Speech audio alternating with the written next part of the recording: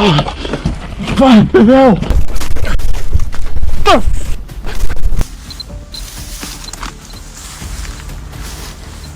Мы в недели расстались. Call animal control. I'm gonna try to help him. Or her. Hi, puppy. Are you okay?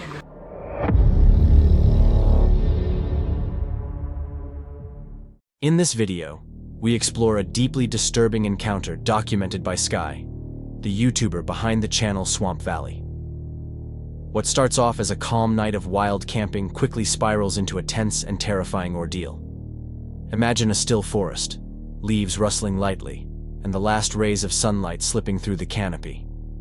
It's the kind of solitude outdoor enthusiasts often crave. Yet during this trip, something feels out of place. Sky continues his hike deeper into the woods. At first the setting is peaceful, but a growing tension lingers. An unsettling awareness takes hold. The feeling that someone, or perhaps something, is nearby. I don't want to sound like a big pansy. This is really freaking me out. Somebody is actually following me. And as the path narrows and shadows lengthen, that unease intensifies. Sky begins filming everything, thinking that if anything happens, at least there will be evidence. I'm trying to think of what to say. I'm like, is that a prank? Before long, he notices a figure in the distance. A man, partly hidden by the trees, appears to be following from afar.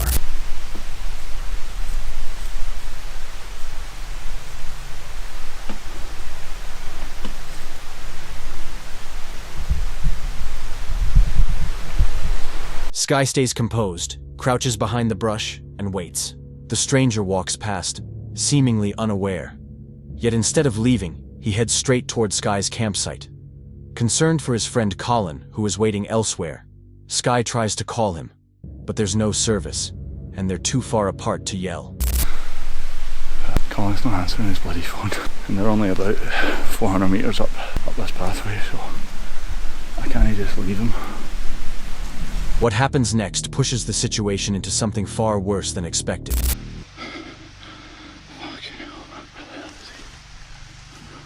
Oh, fucking hell! Jesus! Fucking hell! Oh, fucking hell! The fuck! Fucking Jesus! Fucking! The man returns. This time, he's holding a fuel can and a burning torch. In an instant, things shift from unsettling to deadly. Sky bolts into the forest, trying to stay ahead. The stranger gives chase through the darkness, torch in hand, closing the distance. What began as a quiet retreat has now become a desperate chase for survival. Some viewers argue the entire video could have been staged, a dramatic setup designed to spook the audience. Others insist it's genuine, pointing to Sky's fear, the shaky footage, and the chaos that unfolds. So the question lingers, was this nothing more than a carefully planned hoax? Or a real encounter with someone dangerous? And if it was real, what would you have done in Sky's position? If this story rattled you, don't miss the next video. It only gets darker from here. While filming what was supposed to be a routine magnet fishing outing, members of the Motor City Magnet Fishers came across something they never anticipated, and it was far more urgent than the usual items they pull from the water. Along a frozen stretch of riverbank, they noticed movement. Call animal control. I'm gonna try to help him. Or her. Hi, puppy. Are you okay? Oh, you are bleeding like crazy, aren't you? You are bleeding like you are frozen. Oh, you are bleeding everywhere, buddy. I'm gonna get you a little bit warmer, okay? Try to make you warm. You're shivering. Poor buddy. Poor puppy. There you go. Let's get you up to the top, okay? Put this back on. In case you bite me. I'm not going to hurt you. I promise you, I'm not going to hurt you. I'm so glad I saw you, though. Huh? Nobody's answering at the animal control. If it's an emergency, dial 911. You know how that works. Yep, this is Flint. They don't ever answer. As they drew closer, it became clear. A dog was stranded there, alone, injured, and in serious trouble. The animal was drenched, shivering from the cold, and its paws were bleeding badly. Though frightened and clearly hurting, the dog was still clinging to life. Acting quickly, one of the fishermen tried to calm and warm the animal while checking the extent of its injuries. Calls to animal control went unanswered, leaving the group with no choice but to handle the situation themselves. Luckily, the dog wore a collar. Attached to it was an ID tag with a phone number. They dialed immediately and were able to reach the dog's family. Not long after, the owner arrived. Thanks to the fast action and compassion of the fishermen, the dog was safely returned to its family and later made a full recovery. Incidents like this show how easily pets can become lost or hurt, especially during the harsh winter season. It's a powerful reminder of the importance of microchips, ID tags, and community vigilance in preventing tragedies. If these fishermen hadn't spotted the dog when they did, how much longer could it have survived in such a state? And how many other animals are out there, waiting for someone to step in? If this rescue touched you, the next story may be even more surprising. On September 29, 2024, a lone traveler stepped into rain and silence. She's one half of LNS, a YouTube channel recognized for bold journeys into abandoned and radioactive zones. With her partner away in Moscow this time, she ventured out alone. Her target, a crumbling village hidden deep within the Chernobyl exclusion zone. Equipped with nothing more than a camera and a Geiger counter, she wasn't searching for ghosts, but for answers, radiation levels, and fragments of history left behind. Yet as the cold sank in and the ruins absorbed her every step, something about the place felt wrong. Пока мы с вами пробираемся вглубь этого села заброшенного, можете оценить погоду. Сегодня у нас 29 сентября. Только вчера на улице было плюс 27, а сегодня уже в свои законные права вступила осень, и на улице плюс 12 и моросящий дождь. Настоящая сталкерская погода. И мы с вами в таких суровых погодных условиях изучаем заброшенное село. The rain had fallen since morning. She pressed forward through wet brush and ruined trails, arriving at the remnants of a deserted settlement. Roofs had caved in, walls sagged like they were ready to collapse. Nature was reclaiming everything. Her Geiger counter buzzed steadily until it spiked. Radiation here wasn't mild. Наблюдаем. Зрение все равно есть, но оно небольшое. Можно совершенно спокойно здесь находиться, не опасаясь за свое здоровье, но превышение все-таки есть. Оп. Одни двери остались. Здесь уже большое превышение. Сейчас, секундочку. Где-то было 100 микрорентген. Ну, друзья, видите? Сейчас хоть не орет. То есть это село очень хорошо загрязнено. Смотрите, уже прошло сколько лет. И здесь такой нормальный уровень. И он растет. Сейчас мы с вами, как дозиметристы-исследователи, найдем это пятно. Конечно, для этого нужно использовать профессиональный поисковый дозиметр, но мы и своим бытовым находим пятна. Не знаю, 100 пока не могу найти, но увидите сами, 82. It was dangerous. She calmly jotted it down and continued on. Inside the ruins, no furniture remained, no trace of life, only skeletal buildings and rusting pipes. Then she noticed it. A cellar door, nearly hidden. The corroded metal hinges groaned as it opened. Погреб. Да, погреб есть. Это кровать внутри. Можно устроить сталкерское убежище и ночевать сухо, температура комфортная. Вот так, как сталкером занят. В погребах можно хорошо переночевать. Вот этот домик. Ничего интересного. Абсолютно полностью разрушен. Inside, darkness, damp air, and the suggestion that something once waited here. Later, beside the Uge River, she stopped for a meal. The rain eased. She said little, simply stared across the water, her thoughts unreadable. She was alone, cold, running out of time before curfew. But she wasn't leaving just yet. Because some places don't frighten you with what you see. They terrify you with what you don't. Viewers later praised her courage, not because she recorded something horrifying, but because she willingly walked alone into a place most people would never risk. One viewer asked, "How are you not afraid to explore such remote, isolated places by yourself?" Another warned, "Please be careful. It's not worth the danger, even if we can't look away." No voices echoed from that cellar. No shadows slipped between the trees. And maybe that's what made it so disturbing. She left unharmed. No injuries, no scratches, nothing caught on camera that defied explanation. And yet, why does it still feel like something followed her out? This account comes from Brad Jig Master, a YouTuber known for his outdoor adventures, particularly fishing, presented through a calm mix of storytelling and personal reflection. His channel often highlights the peaceful side of casting a line, whether for catfish or bass. But on July 17, 2022, one seemingly ordinary outing became something far more disturbing.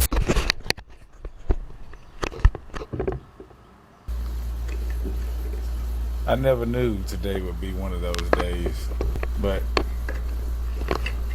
it was going to be one of those days. Old B-Red didn't know he was going to be in for a big surprise. Looking back at it now, and I guess I was put there for a reason. Everything started going bad. I was going to do some catfishing, but my throw net got stuck in the water. There goes $20. I'm getting another one. It's cool. So I figured I'd do a little bass fishing. You know, get my feet wet. You see my little feet now, they dangling. But anyhow, stay in the video, watch a little bit with me, and I'll narrate a little bit more later. Let's do a little fast forwarding, shall we?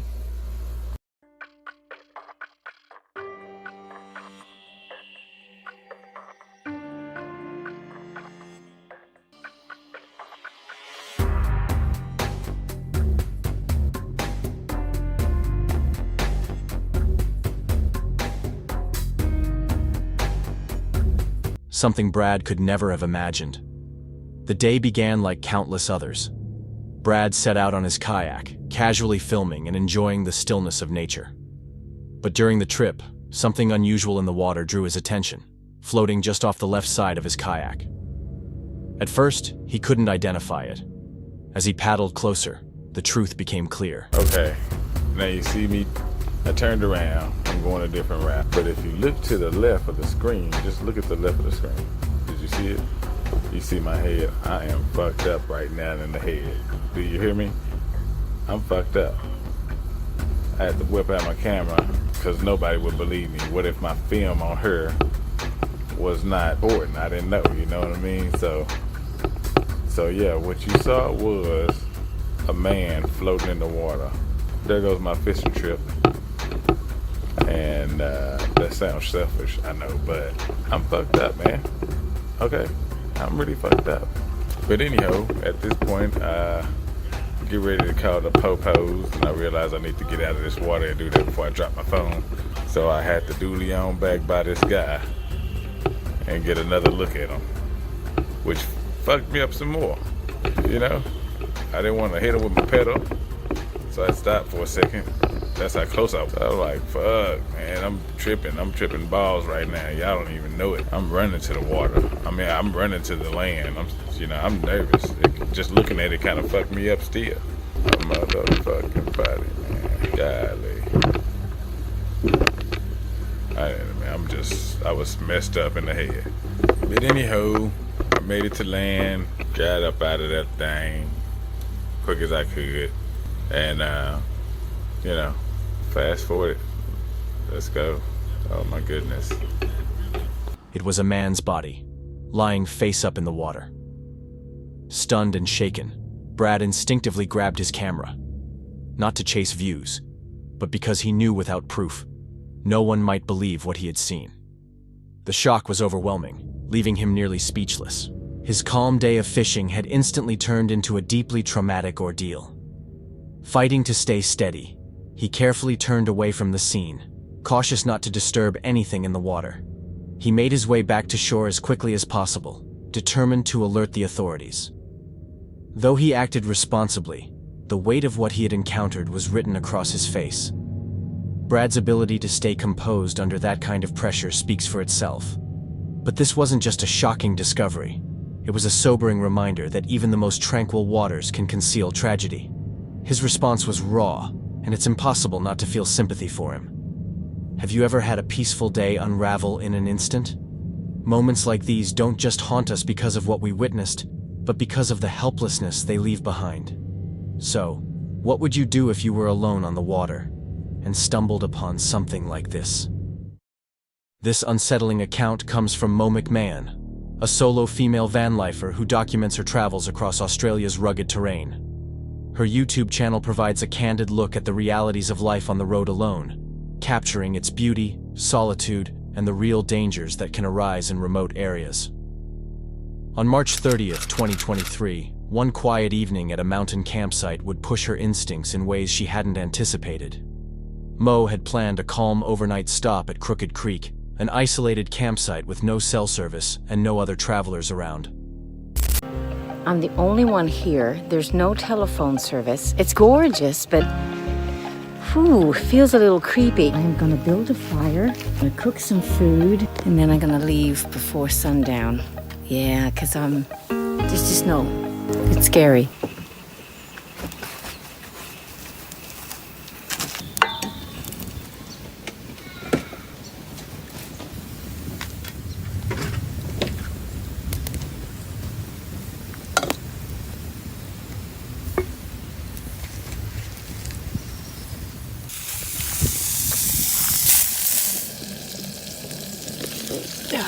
We're not alone now.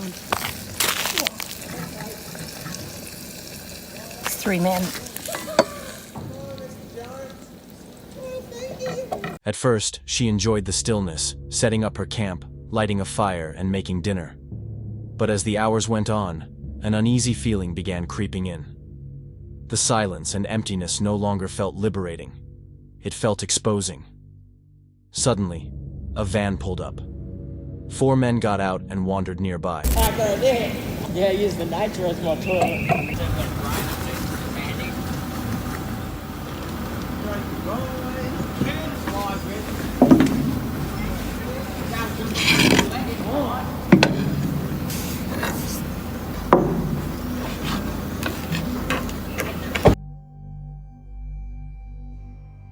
I'm leaving. After my lunch.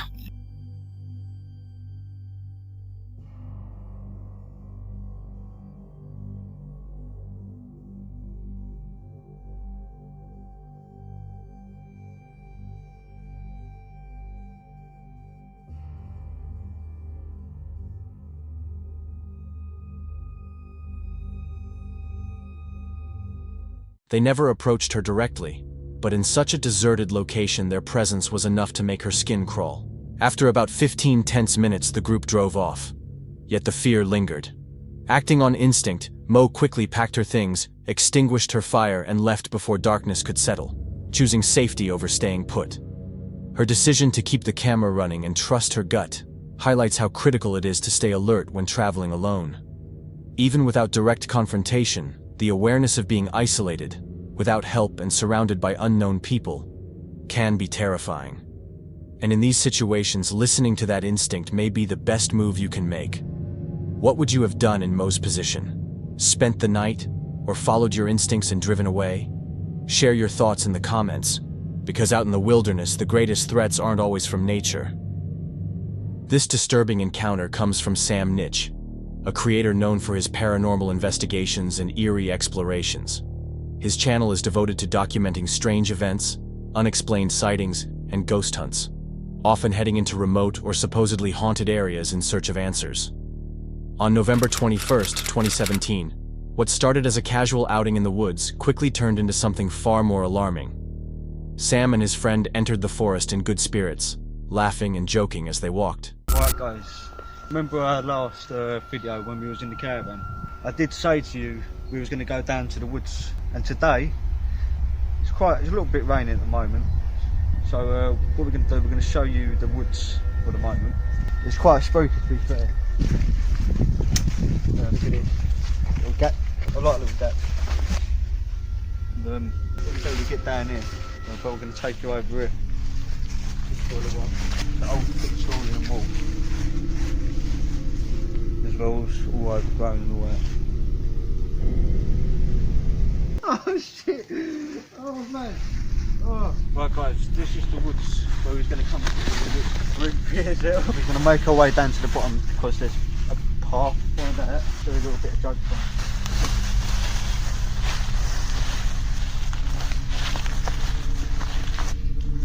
Let's do my favourite thing. Is there anyone here?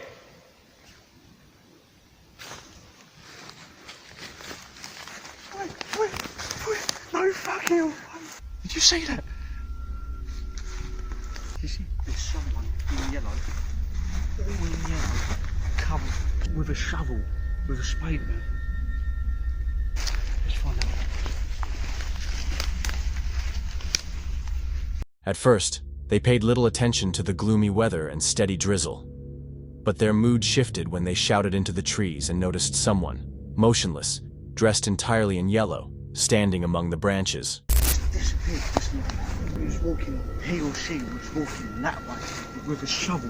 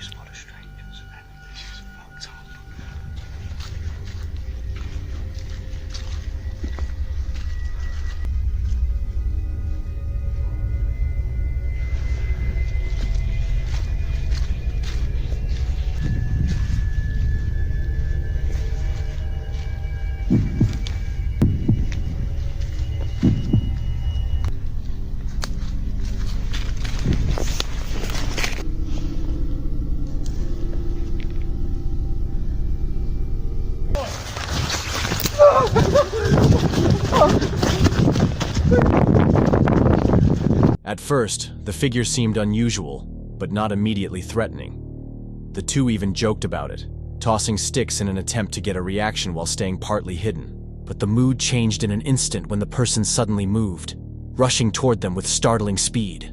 Shaken, they bolted, trying to laugh it off, though the panic was clear in their voices.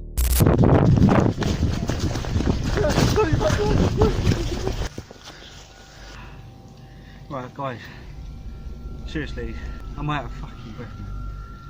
So I'm gonna make our way back. Hopefully we don't get chased by that fucking whoever it was. I don't know how to explain it. This is fucked up man. We're the only ones in the woods as well. So I'm not gonna do that again. No way. No fucking way.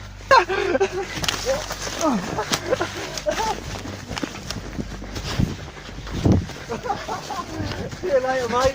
Ain't getting up here, bro. He's got a spade in his fucking lawn. So come over there, go over there.